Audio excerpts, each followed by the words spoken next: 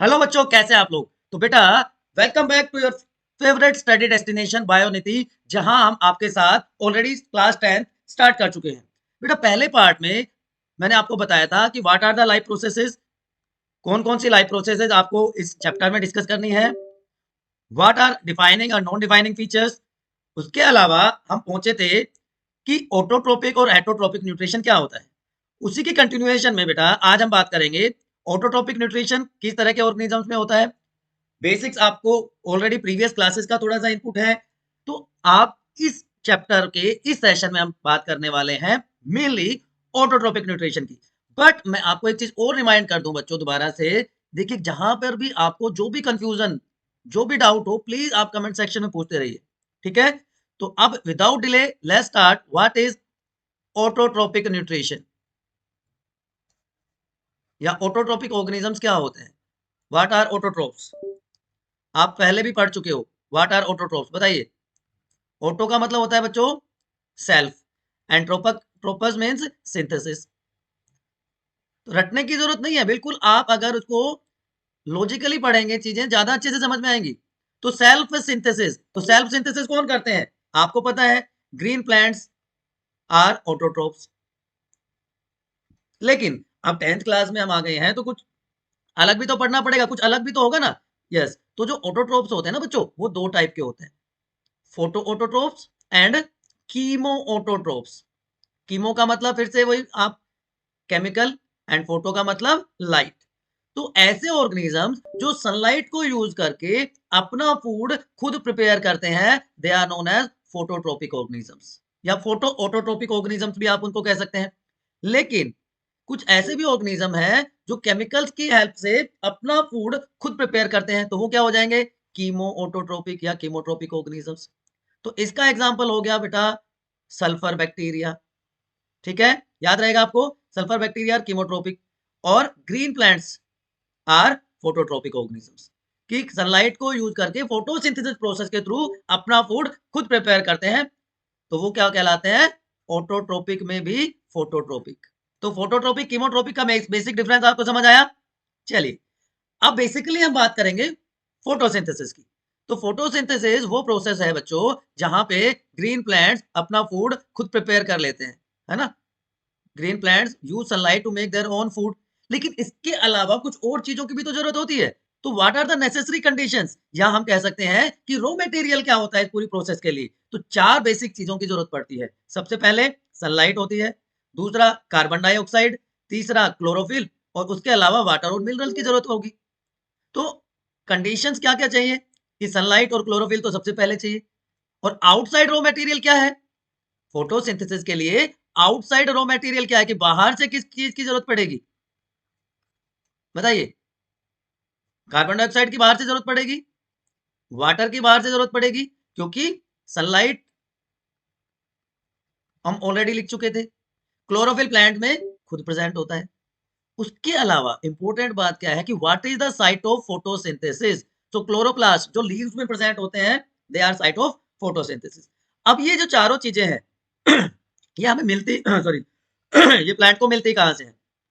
तो देखिए, फोटोसिंथेसिस के लिए जरूरी जो सनलाइट है वो तो कहां से मिल जाएगी, sun is ultimate ultimate source of energy. तो सनलाइट वहां से मिल गई।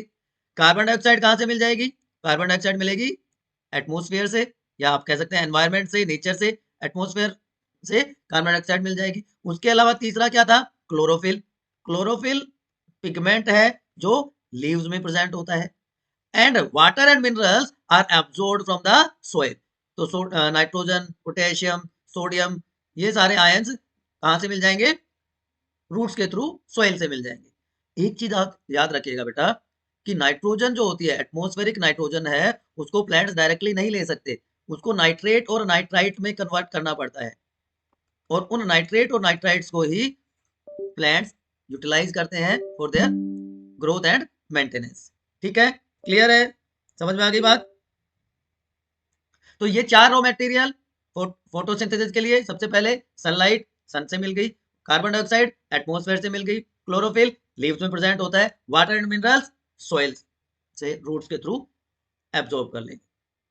नाउ साइट ऑफ फोटोसिंथेसिस क्या बताया था आपको भी, site of photosynthesis is chloroplast. तो ये क्लोरोप्लास्ट कहाँ प्रेजेंट होता है? क्लोरोप्लास्ट लीव्स में मिलते हैं। तो क्लोरोप्लास्ट को डिस्कस करने से पहले एक बार आपका एनसीईआरटी का जो डायग्राम है ना बच्चों, ये क्रॉस सेक्शन है लीफ का, इसको डिस्कस कर लेते हैं। Cross section of leaf. तो लीफ का अगर आप देखेंगे तो दोनों साइड में इस तरह से एपिडर्मिस होता है, जिसको अपर एंड लोअर एपिडर्मिस कहेंगे। Upper epidermis and lower epidermis, दोनों में डिफरेंस क्या होगा कि अपर एपिडर्मिस आपको पता है single layer compactly arrange cells होती हैं विदाउट इंटरसेलुलर स्पेसेस, लेकिन यहाँ पे बीच बीच में एक और स्ट्रक्चर भी प्रेजेंट होती है जिनको हम कहते हैं स्टोमेटा। अब ये जो एपिडर्मिस अपर एपिडर्मिस की लेयर है, उसके ऊपर एक वैक्सी कोटिंग होती है, उस वैक्सी कोटिंग को कहते हैं क्यूटिकल। लेकिन जहां पे स्टोमेटा प्रेजेंट होगा वहां पे क्यूटिकल नहीं होता। अब क्यूटिकल का काम क्या हो गया? क्यूटिकल एक तो प्रोटेक्शन प्रोवाइड करता है, टियरिंग नहीं होने देता लीव्स की। आपने देखा होगा ना कि जो अपर साइड होती है बड़ा बड़ा स्मूथ होती है लीफ की edge compare to lower side, वो क्यूटिकल की प्रेजेंस की वजह से होता है, वैक्सी कोटिंग होती है, तो प्रोटेक्शन टियरिंग से बचा देता है और ट्रांसपिरेशन में भी हेल्प करता है, क्यूटिकुलर ट्रांसपिरेशन भी होता है। अपर और लोअर दोनों एपिडर्मिस में स्टोमेटा होंगे बेटा, याद रखना। ये बीच का जो पूरा पार्ट है it is known as mesophyll. अब इस मेसोफिल लेयर में यहां पर आप देख पा रहे होंगे क्लोरोप्लास्ट प्रेजेंट है, which are the site of photosynthesis. Chloroplast are site of photosynthesis. और दो टाइप की सेल्स हैं ये मेसोफिल में, दो टाइप की सेल्स यहां पे आपको दिख रही है, palisade tissue and spongy parenchyma. और बीच बीच में गैप प्रेजेंट है, एयर स्पेसेस प्रेजेंट है। नाउ इंटरनली अगर हम देखें तो जो लीफ का मिडरिप वाला पार्ट है वहां पे आपको वेस्कुलर बंडल्स प्रेजेंट होते हैं। वेस्कुलर बंडल्स का मतलब जाइलम और फ्लोएम प्रेजेंट होते हैं। अब ये जाइलम और फ्लोएम क्या करेंगे? जाइलम हेल्प करेगा वाटर के कंडक्शन में, मिनरल्स के कंडक्शन में, ट्रांसपोर्टेशन में, और फ्लोएम फूड के ट्रांसपोर्टेशन में हेल्प करेगा, जिसको ट्रांसलोकेशन कहा जाता है। ठीक है बच्चों, यहां तक कोई कंफ्यूजन है प्लीज आप फटाफट कमेंट सेक्शन में देख लीजिए, पूछ लीजिए। ये एनसीईआरटी का इंपोर्टेंट डायग्राम है। ठीक, क्लियर टू एवरीवन? चलिए आगे चलते हैं। अब हमें देखना है कि क्लोरोप्लास्ट क्या करता है। बेटा ये क्लोरोप्लास्ट जो है ना, ये ग्रीन कलर का पिगमेंट है। Chloroplast is a green coloured pigment जो कि लीव्स में मिलता है, अभी मैंने आपको दिखाया था। And these are the site of photosynthesis. तो ये जो ग्रीन कलर का पिगमेंट है ना, ये लाइट एनर्जी को, कौन सी लाइट एनर्जी? हमारे ट्यूबलाइट की लाइट नहीं, सनलाइट को ट्रैप करेगा, उसको एक तरह से कह सकते हैं एब्जॉर्ब कर लेगा। ठीक है ना? और ये कहां प्रेजेंट होंगे? They are present just below upper epidermis. ऊपर वाला जो पार्ट था ना एपिडर्मिस का, वहां पे उसके जस्ट नीचे क्या प्रेजेंट होते हैं? क्लोरोप्लास्ट। तो chloroplast site of photosynthesis, sunlight या लाइट एनर्जी को ट्रैप करके उसको आगे केमिकल एनर्जी में कन्वर्ट करने का काम करते हैं। And they are present in just below the upper epidermis. ठीक है, कंडीशंस क्या क्या चाहिए? कौन कौन सी कंडीशन की जरूरत होती है? सबसे पहली कंडीशन सनलाइट, दूसरा क्लोरोफिल। तो दोनों हमने देख लिया कहां पे प्रेजेंट है। ये इंपॉर्टेंट लाइन आप ध्यान रखिएगा, rate of photosynthesis is minimum in green light. जो हमारी नॉर्मल जो लीव्स का कलर होता है ग्रीन, वहां पे रेट ऑफ फोटोसिंथेसिस है मिनिमम, लेकिन ये मैक्सिमम कब होगा? जब रेड और ब्लू कलर की लाइट होगी। ठीक है, तीन मेजर स्टेप्स होते हैं, तीन इवेंट्स होते हैं फोटोसिंथेसिस के, एक एक करके हम डिस्कस करेंगे। तो ये लीफ में क्लोरोप्लास्ट प्रेजेंट है। ठीक है, क्लोरोप्लास्ट की इंटरनल स्ट्रक्चर अगर आपको देखनी है तो यहां पर मैं आपके लिए बना देता हूं। डबल मेम्ब्रेन स्ट्रक्चर होती है बच्चों, आउटर एंड इनर मेम्ब्रेन। और यहां पे इस तरह से स्ट्रक्चर्स प्रेजेंट होती हैं जिनको क्या कहा जाता है? ग्रेना और थाइलेकोइड्स। अब ये एक दूसरे के पास स्टैक्ड है, एक दूसरे से जुड़े हुए हैं। यहां पे बना देता हूं, ये थोड़ा सा छोटा हो गया, और ये इस तरह से एक दूसरे से जुड़े हुए होंगे। ये जो है कनेक्टिंग ट्यूब्स हैं, they are known as lamellae. और इसका जो साइटोप्लाज्म है वो कहलाएगा stroma. This is known as stroma. ठीक है, तो सबसे ऊपर क्यूटिकल था लीफ में, फिर palisade tissue, spongy parenchyma, air cavities, ये गार्ड सेल स्टोमेटा में प्रेजेंट होती हैं, अभी हम डायग्राम में डिस्कस करेंगे। लोअर एपिडर्मिस एंड क्लोरोप्लास्ट, ये सारा का सारा पार्ट मीजोफिल हो गया। ठीक है, तो रॉ मटेरियल एक बार फिर से हम रिवाइज कर लेते हैं कि कार्बन डाइऑक्साइड जो सेलुलर रेस्पिरेशन के थ्रू एटमॉस्फेयर से मिला, वाटर जाइलम के थ्रू, रूट एयर्स के थ्रू सॉइल से एब्जॉर्ब कर लिया, एंड प्रोडक्ट क्या बनता है, ग्लूकोज और oxygen gases release. Net reaction क्या होती है कि CO2 कंबाइन करता है H2O के साथ इन the presence of sunlight and chlorophyll, और क्या बना देता है, glucose. Carbon dioxide gas release होती है, वाटर मॉलिक्यूल प्रोड्यूस होते हैं। This is balanced chemical equation, first chapter में पढ़ा है ना, केमिकल इक्वेशन एंड रिएक्शंस, तो बैलेंस केमिकल इक्वेशन में भी आपने इसको पढ़ा है। लेकिन ये जो ग्लूकोज है ये प्लांट में स्टार्च की फॉर्म में स्टोर होता है, किसकी फॉर्म में, स्टार्च की फॉर्म में। और जब इसका ट्रांसपोर्टेशन होगा फ्लोएम के थ्रू, जब ट्रांसपोर्टेशन होगा या दूसरे ऑर्गेनिजम्स इसको यूटिलाइज करेंगे, तो वो ट्रांसपोर्टेशन होगा सुक्रोज की फॉर्म में, स्टोरेज स्टार्च की फॉर्म में और ट्रांसपोर्ट सुक्रोज की फॉर्म में हो जाता है बच्चों मेरे। ठीक है, याद रहेगा। सो this is mechanism of photosynthesis. नहीं, ये ओवरऑल रिएक्शन अभी हमने देखी है, होता कैसे है प्रोसेस वो तो अभी बाकी है, पिक्चर अभी बाकी है मेरे दोस्त। तो पिक्चर में अब एंट्री होती है इवेंट्स ऑफ फोटोसिंथेसिस। सारे के सारे रॉ मटेरियल की हमने बात कर ली कि नाइट्रोजन, फॉस्फोरस, आयन, मैग्नीशियम, जो सारे के सारे आयंस हैं वो सोइल से मिलेंगे विथ वाटर। नाइट्रोजन का मैंने स्पेशल केस बताया था, व्हाई नाइट्रोजन इज इंपॉर्टेंट, क्योंकि एसेंशियल एलिमेंट है, प्रोटीन और दूसरे कंपाउंड की सिंथेसिस के लिए जरूरी होती है। लेकिन ये किस फॉर्म में लेते हैं, प्लांट एटमॉस्फेरिक नाइट्रोजन को डायरेक्टली नहीं ले सकते, इसलिए इसको नाइट्रेट और नाइट्राइट में कन्वर्ट करना पड़ता है मेरे बच्चों। ठीक, अब 3 फेजेस में फोटोसिंथेसिस प्रोसेस कंप्लीट होती है। सबसे पहला है absorption, then conversion and third one is reduction. तो सबसे पहला एब्जॉर्प्शन, एब्जॉर्प्शन किसका, एब्जॉर्प्शन ऑफ लाइट एनर्जी, कि जो सन की लाइट एनर्जी है वो कन्वर्ट हो जाती है केमिकल एनर्जी में। तो सबसे पहले एब्जॉर्प्शन कौन करता है, absorption is occurred by chloroplast.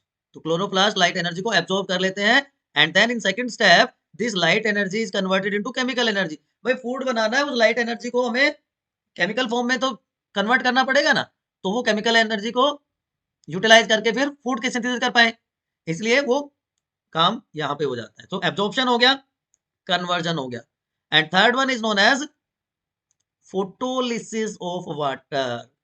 Photolysis of जो भी आप बोलना चाहो, फोटो, फोटो का मतलब फिर से लाइट, लाइसिस का मतलब ब्रेक डाउन। तो लाइट की प्रेजेंस में जब वाटर मॉलिक्यूल का ब्रेक डाउन होता है then it is known as photolysis of water.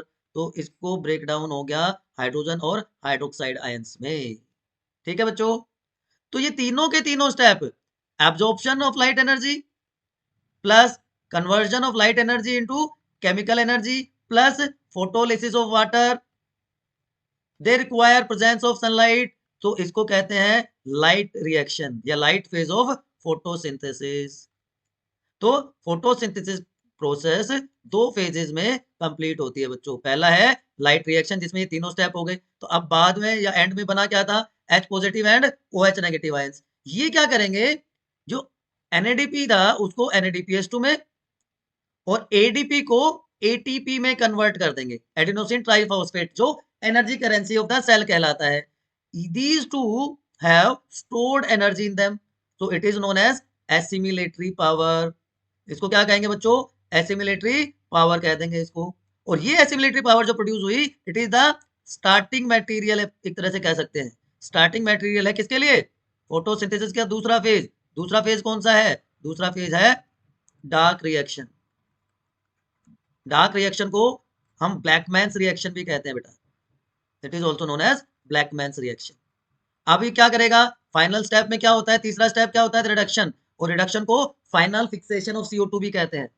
तो ये CO2 H2O के साथ मिलकर और क्या बना देती है, ग्लूकोज बना देती है, जो स्टार्च के फॉर्म में स्टोर हो जाता है और साथ में ऑक्सीजन गैस और वाटर मॉलिक्यूल्स प्रोड्यूस होते हैं। तो this is final fixation of CO2, जो कि रिडक्शन भी कहलाता है, इसको हम ब्लैकमैन्स रिएक्शन भी कहते हैं। तो फोटोसिंथेसिस 2 फेजेस में कंप्लीट हुई, light reaction and dark reaction. Light reaction में सबसे पहले एब्जॉर्प्शन ऑफ लाइट एनर्जी कौन करता है? क्लोरोप्लास्ट। अब ये लाइट एनर्जी कन्वर्ट हो जाती है इसमें केमिकल एनर्जी में। एंड फाइनली फोटोलिसिस या break down of water molecule occurs in the presence of sunlight, तो उसको फोटोलिसिस ऑफ वाटर कह देते हैं। अब ये जो आयंस प्रोड्यूस हुए ये एडीपी को एटीपी में और एनएडीपी को एनएडीपीएस2 में कन्वर्ट कर देंगे। इनमें होती है स्टोर्ड एनर्जी, एटीपी को energy currency of the cell कहते हैं, तो ये एसिमिलेटरी पावर एनर्जी प्रोवाइड करेगी for second phase that is dark reaction of photosynthesis, जिसको हम ब्लैकमैन्स रिएक्शन भी कहते हैं बच्चों। ठीक है, यहां तक कोई कंफ्यूजन है तो प्लीज आप बताइए, फटाफट बताइए, जल्दी से बताइए, कोई कंफ्यूजन नहीं? चलिए, अब आपके दिमाग में एक बात आ सकती है कि सर ये 3 स्टेप तो लाइट रिएक्शन के हैं, एक स्टेप डार्क रिएक्शन का है, तो क्या इसी सीक्वेंस में ये फेजेस होने जरूरी है? आप क्या सोचते हैं बताइए? क्या इसी सीक्वेंस में कंपलसरी है कि पहले एब्जॉर्प्शन हो, फिर कन्वर्जन हो, फिर फोटोलिसिस हो, फिर फाइनल फिक्सेशन हो CO2 का? Is it so? ऐसा लगता है आपको? नहीं। these three steps need not take place one after the another immediately. जैसी कंडीशंस होंगी प्लांट्स उस हिसाब से अपने आप को मॉडिफाई कर लेते हैं। जैसे आपने सुना होगा अलग अलग टाइप के प्लांट्स होते हैं बच्चों, कुछ होते हैं टेरेस्ट्रियल प्लांट्स, कुछ होते हैं एक्वेटिक प्लांट्स, कुछ होते हैं डेजर्ट प्लांट्स, जिनको हम क्या कहते हैं? जीरोफाइट्स भी कहते हैं। आपको दिख रहे हैं ना नीचे जीरोफाइट्स, बेस्ट एग्जांपल है कैक्टस। तो जीरोफाइटिक प्लांट्स भी होते हैं। तो जो जीरोफाइटिक प्लांट्स हैं, जो डेजर्ट प्लांट्स हैं, उसमें एक होता क्या है, अभी मैकेनिज्म में भी मैं आपको बताऊंगा। उसमें स्टोमेटा जो है बच्चों क्लोज होते हैं ड्यूरिंग डे टाइम और ओपन होते हैं ड्यूरिंग नाइट टाइम। ठीक है, तो वो CO2 को यूज कब करेंगे? CO2 को यूज कब करेंगे? During night time. और नाइट टाइम में CO2 को यूटिलाइज करके एक इंटरमीडिएट कंपाउंड बना देते हैं मैलिक एसिड, और ये मैलिक एसिड वैक्यूल्स में हो जाता है स्टोर। ठीक है, अब ये जो स्टोर्ड मैलिक एसिड है, कि भाई हम जीरोफाइटिक प्लांट्स की बात कर रहे हैं, तो stomata closed during day time and stomata open during night. अब ये एक सेल है, यहां पे CO2 नाइट में यूज हुई और CO2 से बन गया मैलिक एसिड नाइट में। और ये मैलिक एसिड प्लांट्स में आपको पता है प्लांट सेल में बड़े वैक्यूल्स होते हैं जो 90% तक का सेल स्पेस ऑक्यूपाई कर लेते हैं, वो मैलिक एसिड स्टोर हो गया किसमें? वैक्यूल्स में। और ड्यूरिंग डे टाइम उस मैलिक एसिड को जब स्टोमेटा क्लोज है, तो प्लांट उसको यूटिलाइज करेंगे, वो मेटाबोलाइज हो जाएगा। तो जरूरी नहीं है कि सारे के सारे स्टेप इसी सीक्वेंस में फॉलो हो, अपनी कंडीशन के हिसाब से प्लांट्स इनको मॉडिफाई कर लेते हैं, इन स्टेप्स को चेंज कर लेते हैं, जैसा कि जीरोफाइटिक प्लांट्स या डेजर्ट प्लांट्स में होता है। अब आई बात समझ में? तो एक तो लीव का डायग्राम इंपॉर्टेंट हो गया, एक किसका डायग्राम इंपॉर्टेंट हो गया, एक क्लोरोप्लास्ट का डायग्राम इंपॉर्टेंट हो गया, और तीसरा इंपॉर्टेंट डायग्राम होता है मेरे बच्चों स्टोमेटा का। क्योंकि बात ये आ जाती है कि जो CO2 है वो आती कहां से और कैसे उसको यूटिलाइज किया जाता है। ठीक है, तो अब बात करते हैं कि how do plants obtained carbon dioxide, और स्टोमेटा की ओपनिंग और क्लोजिंग का मैकेनिज्म कैसे होता है। देखिए, मैंने स्टार्टिंग में बताया था रॉ मटेरियल में कि प्लांट जो है CO2 कहां से लेंगे? एटमॉस्फेयर से। लेकिन लेंगे कैसे? माइन्यूट पोर्स होते हैं लीफ के सरफेसेस में, और इन पोर्स को, इन स्पेसेस को कहते हैं स्टोमेटा। तो दो स्टोमेटा के बीच में क्या होता है? दो स्टोमेटा का मतलब एक स्टोमेटा की दो गार्ड सेल्स, ठीक है, उनके बीच में ये स्पेस होता है, जिसको क्या कहते हैं? Stomatal pores. तो these pores are called the stomatal pores. ये पूरा नहीं हुआ, these are known as stomatal pores. These stomatal pores are formed by kidney shaped guard cells which contain chloroplast। यहाँ पे एब्जॉर्प्शन होता है लाइट एनर्जी का। डायग्राम मैं आपके लिए बनाता हूँ, देखिए, ये एक गार्ड सेल है, ये दूसरी गार्ड सेल है, तो ये हो गई हमारी गार्ड सेल्स। याद रहेगा, ये बीच का गैप क्या कहला रहा है? अब स्टोमेटल पोर। ये भी समझ में आ गई बात। यहाँ पे क्या प्रेजेंट है? यहाँ पे क्या प्रेजेंट है? ठीक है, जो कि लाइट एनर्जी को एब्जॉर्ब करेंगे। अब एक और इंपॉर्टेंट चीज आपको बताता हूँ, ये जो है इनके चारों तरफ भी तो सेल्स प्रेजेंट होंगी। ये जो सेल्स हैं इनको कहते हैं subsidiary cells. These cells are known as subsidiary cells. तो guard cells, stomatal pore and subsidiary cell मिलके कहलाता है स्टोमेटल apparatus। स्टोमेटल apparatus बनाता है बच्चों, ठीक है। अब ये ओपनिंग और क्लोजिंग कैसे होती है स्टोमेटा की, and why it is important, what is the importance of this opening and closing of stomata, क्या काम आता है ये सारा, बताइए। चलिए मैं बताता हूं कि जब स्टोमेटा होंगे ओपन, उसके थ्रू होगा गैसियस एक्सचेंज। कैसे होगा स्टोमेटा ओपन, कि जब सफिशिएंट वाटर अवेलेबल है प्लांट्स के पास, या डे टाइम में जब फोटोसिंथेसिस हो रहा है, तो क्या होगा, स्टोमेटा ओपन होगा, वाटर एब्जॉर्ब करेंगे ये गार्ड सेल्स। जब सफिशिएंट वाटर अवेलेबल है तो guard sales absorb water, water को एब्जॉर्ब करने की वजह से स्पॉन्ज की तरह होती है हमारा, तो वाटर को एब्जॉर्ब करेंगे तो उनका साइज बढ़ जाता है, वो स्वेल अप कर जाती है गार्ड सेल, स्वेल, और स्वेल की वजह से साइज जो है स्टोमेटल पोर का वो बढ़ जाता है, size of stomatal pore increases. This is known as opening of stomata, ठीक है। कि प्लांट सेल टर्जिड हो जाती है, high water pressure due to high sugar content in it, तो guard cell swell up and the stomatal pore widens and this is known as opening of stomata. और जब stomata की opening होगी तो gas exchange occurs, ठीक। लेकिन जब plant को वाटर सफिशिएंट नहीं अवेलेबल है, या गार्ड सेल्स श्रिंक कर जाती हैं नाइट टाइम पे, नॉर्मल कंडीशंस की बात कर रहा हूं, जिससे कि स्टोमेटल पोर का साइज डिक्रीज हो जाए, स्टोमेटल पोर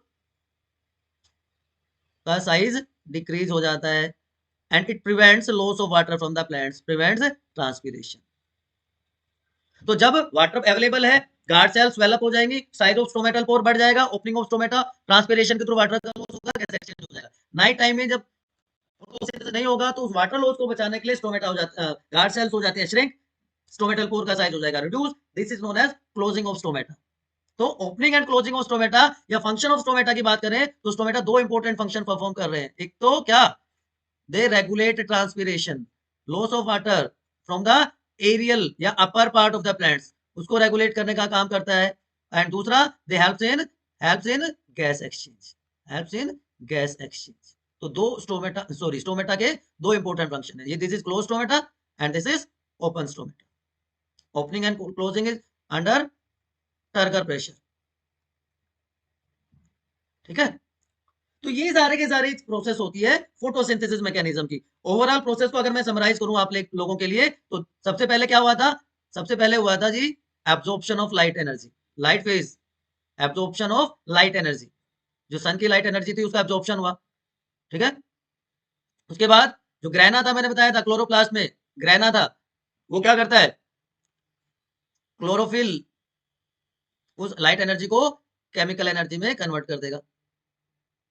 अब तीसरा क्या होगा, photolysis of water, photolysis of water, photolysis of water, break down हो जाएगा वाटर मॉलिक्यूल का, स्प्लिटिंग हो जाएगी, इससे हाइड्रोजन आयंस और हाइड्रोक्साइड आयंस मिलेंगे, या H+O2, जो हाइड्रोजन आयंस है वो एडीपी को एटीपी में कन्वर्ट कर देंगे, which is known as assimilatory power. तो दूसरा पार्ट है स्ट्रोमा में वो यूज हो जाएगा। तो जो फोटोसिंथेसिस कहां पे हुई, क्लोरोप्लास्ट। अब oxygen is by product during this process के CO2 प्लस H2O क्या बना था, oxygen is release as a by product. Hydrogen कहां चले गई, स्ट्रोमा में, तो हाइड्रोजन CO2 और H2O मिलके क्या बना देंगे, ग्लूकोज की फॉर्मेशन कर देंगे। अब glucose immediate source of energy होता है, आपने वो पढ़ा ऐड देखा होगा ना, ग्लूकोन डी, जान में जान डाल दे पीते ही, तो यहाँ पे ये यूटिलाइज हो गया और स्टार्च की फॉर्म में ये स्टोर हो जाएगा। स्टोमेटा ओपन होंगे, CO2 को लेंगे, ऑक्सीजन को बाहर निकालेंगे, and opening and closing of stomata हो जाती है, जो भी हमने डिस्कस किया। ठीक है बच्चों, यहां तक कोई कंफ्यूजन। चलिए, मैंने आपको कहा था कि हम एनसीईआरटी की एक्टिविटीज को भी साथ के साथ डिस्कस करेंगे, तो फोटोसिंथेसिस से रिलेटेड दो इंपॉर्टेंट एक्टिविटीज हैं, उनकी हम बात कर लेते हैं। तो पहला एक्सपेरिमेंट है कि प्रूव कीजिए that chlorophyll is necessary for photosynthesis process. तो इसके लिए क्या करना है, हमें पोटेड प्लांट लेना है, गमले में लगा हुआ पेड़ लेना है, मनी प्लांट या क्रोटन ले सकते हो आप, और उसको डार्क रूम में रख दिया 3 दिन के लिए, जिससे उसमें जो ऑलरेडी बना हुआ फूड था, जो स्टार्च था, उसको प्लांट यूटिलाइज कर ले, क्योंकि डार्क में अंधेरे में फोटोसिंथेसिस होगी नहीं, तो पहले से जो बना हुआ फूड है वो उसको यूटिलाइज करेगा। अब 3 दिन के बाद वापस से प्लांट को सनलाइट में रख दिया 6 घंटे के लिए, और उस प्लांट से एक लीफ तोड़ ली, लगा लीफ फ्रॉम द प्लांट, और इसमें जो ग्रीन एरियाज हैं उसको मार्क कर दो, ग्रीन एरियाज को मार्क कर दिया, और ट्रेसिंग कर लो उनकी पेपर शीट्स पर। अब इस लीफ को बॉइलिंग वाटर में डिप करना है फ्यू मिनट्स के लिए, एंड उसके बाद अल्कोहल में। तो लीफ को पहले बॉइलिंग वाटर में, फिर अल्कोहल में, ठीक है। अब क्या हुआ, क्या चेंज आपको ऑब्जर्व हुआ? सॉल्यूशन क्या है, सॉरी सॉल्यूशन का कलर क्या है, और इसके बाद इस लीफ को आयोडीन के सॉल्यूशन में डालना है, इन आयोडीन सॉल्यूशन, आयोडीन टेस्ट जिसको कहते हैं। तो आयोडीन टेस्ट से पहले ये कंडीशन थी, और आयोडीन टेस्ट के बाद ये कंडीशन हो जाती है। दोनों को कंपेयर करना है आपको। क्या कंक्लूजन निकल के आ रहा है, क्या आपको लग रहा है? तो what happens to the colour of the leaf? क्या होता है? The green leaf becomes colourless, और जब उसको अल्कोहल में डालेंगे, chlorophyll responsible for its green colour gets dissolved in alcohol. तो डिसकलरेशन, अल्कोहल उसका डिसकलरेशन कॉज कर देता है, और जो सॉल्यूशन का कलर है वो हो जाएगा green. The colour of alcohol solution turns green. अब कंक्लूजन क्या है इस पूरी प्रोसेस का? The green areas of leaf is turns dark blue. जब आयोडीन सॉल्यूशन में उसको डालते हैं तो वो डार्क ब्लू कलर के हो जाते हैं, ठीक है, which indicates presence of starch. और जो कलरलेस पार्ट था लीफ का, उसमें कोई कलर रिएक्शन नहीं आती, क्योंकि वहां पे कोई स्टार्च की फॉर्मेशन होगी ही नहीं। तो इससे प्रूव हो जाता है that chlorophyll is necessary for photosynthesis. ये एनसीईआरटी है पूरी की पूरी, वर्ड टू वर्ड, ठीक है ना। पूरा एनसीईआरटी की एक्टिविटी है ये, कि chlorophyll is necessary for photosynthesis, importance of chlorophyll. ठीक है बच्चों, ये एक्टिविटी आप स्किप नहीं कर सकते। एक और एक्टिविटी है लीफ से रिलेटेड ही, फोटोसिंथेसिस से रिलेटेड ही, आपने देखी होगी, अगर पढ़ी नहीं होगी तो। ये वाली एक्टिविटी है कि that carbon dioxide is essential for photosynthesis. Bell jar experiment भी कहते हैं इसको। इसमें क्या किया जाता है कि दो हेल्दी प्लांट्स लिए जो पोट में, जो गमले में रखे हुए हैं, ठीक है, सेम उनको डार्क रूम में रख दिया दोनों को 3 दिन के लिए, और दोनों प्लांट में अब एक एक वॉच ग्लास या ग्लास प्लेट रख दी, ठीक है ना। अब एक में potassium hydroxide KOH, potassium hydroxide रख दिया एक प्लांट में। तो अब इसका यूज क्या है, ये बहुत बार आया हुआ क्वेश्चन है। ये KOH क्या करेगा, CO2 को एब्जॉर्ब कर देगा, इट एब्जॉर्ब्स कार्बन डाइऑक्साइड। तो इसमें तो CO2 एब्जॉर्ब हो गई। अब इनको ढक दिया बेल जार से, और वैसलीन के हेल्प से जो भी थोड़ा बहुत गैप था उसको सील कर दिया गया। एयर टाइट बनाना है, और अब रख देंगे उसको सनलाइट में 2 घंटे के लिए। दोनों प्लांट से एक एक लीफ को प्लग करेंगे, और देखेंगे कि किसमें स्टार्च की फॉर्मेशन हुई, क्योंकि एंड प्रोडक्ट फोटोसिंथेसिस का क्या होता है, स्टार्च। तो क्या दोनों में सेम अमाउंट बना स्टार्च का? तो क्या कंक्लूजन है इस एक्सपेरिमेंट का? बच्चों मेरे बताओ, ये करके दिखाओ। बताओ बताओ, क्या आइडिया आया आपको इस एक्सपेरिमेंट से? क्या कंक्लूजन आप निकाल सकते हैं इस एक्सपेरिमेंट से? कुछ आइडिया आ रहा है? The leaf capped in jar along with potassium hydroxide, KOH जिसमें रखा था, उसमें स्टार्च की फॉर्मेशन नहीं हुई। क्यों नहीं हुई? क्योंकि KOH क्या करता है, KOH CO2 को एब्जॉर्ब कर लेता है, और जब CO2 नहीं है तो ये वाटर के साथ मिलकर C6H12O6 कैसे बनाएगा? स्टार्च की फॉर्मेशन ही नहीं होगी, क्योंकि पोटेशियम हाइड्रोक्साइड एब्जॉर्ब कर लेता है कार्बन डाइऑक्साइड को। लेकिन जब, सॉरी वही नेक्स्ट है कि अगर CO2 नहीं होगी तो फोटोसिंथेसिस नहीं होगा, प्लांट अपना फूड नहीं बना पाएगा। तो it clearly shows importance of CO2 for photosynthesis, या हम कह सकते हैं कि CO2 is required for photosynthesis process. ठीक है बच्चों, ठीक है। कोई कंफ्यूजन है तो प्लीज बताइए, कोई भी कंफ्यूजन है आपको इससे रिलेटेड? तो 2 एक्टिविटी हमने की है, ठीक है। आप इसका कंक्लूजन देख लीजिए, ये वाला एक्सपेरिमेंट भी एनसीईआरटी की एक्टिविटी, बिल्कुल एज पर एनसीईआरटी, जो मैंने अभी सारे सेंटेंसेस यूज किए। अब do the both the leave show the presence of same amount of starch? नहीं, नहीं, क्योंकि फोटोसिंथेसिस एक में तो होगा ही नहीं, जहां पे हमने क्या ऐड कर दिया, KOH ऐड कर दिया। तो इस एक्टिविटी से क्या कंक्लूड हो गया, that carbon dioxide is necessary for photosynthesis. तो KOH ने सारा डिफरेंस क्रिएट किया कि CO2 एब्जॉर्ब हो गई, और CO2 नहीं है तो no starch formation takes place. ठीक है बच्चों, यहां तक कोई कंफ्यूजन है प्लीज बताइए। चलिए, तो ओवरऑल अगर हम कंक्लूजन निकालें फोटोसिंथेसिस प्रोसेस के लिए, तो केमिकल एनर्जी और कार्बन डाइऑक्साइड जब मिल जाते हैं तो शुगर की फॉर्मेशन होती है ना। तो क्लोरोफिल वाला हमने कर लिया था। तो प्रोसेस कहां से स्टार्ट हुई थी, लाइट रिएक्शन में पहला स्टेप क्या था, absorption of light energy. Chloroplast light energy को ट्रैप कर लेते हैं, ठीक है।